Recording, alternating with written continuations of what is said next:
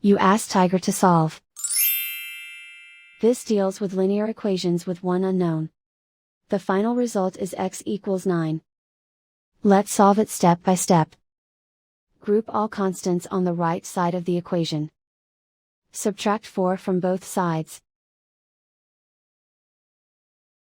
Group like terms.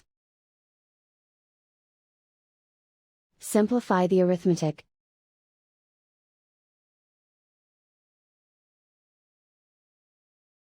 Convert the x into a positive number. Multiply both sides by -1.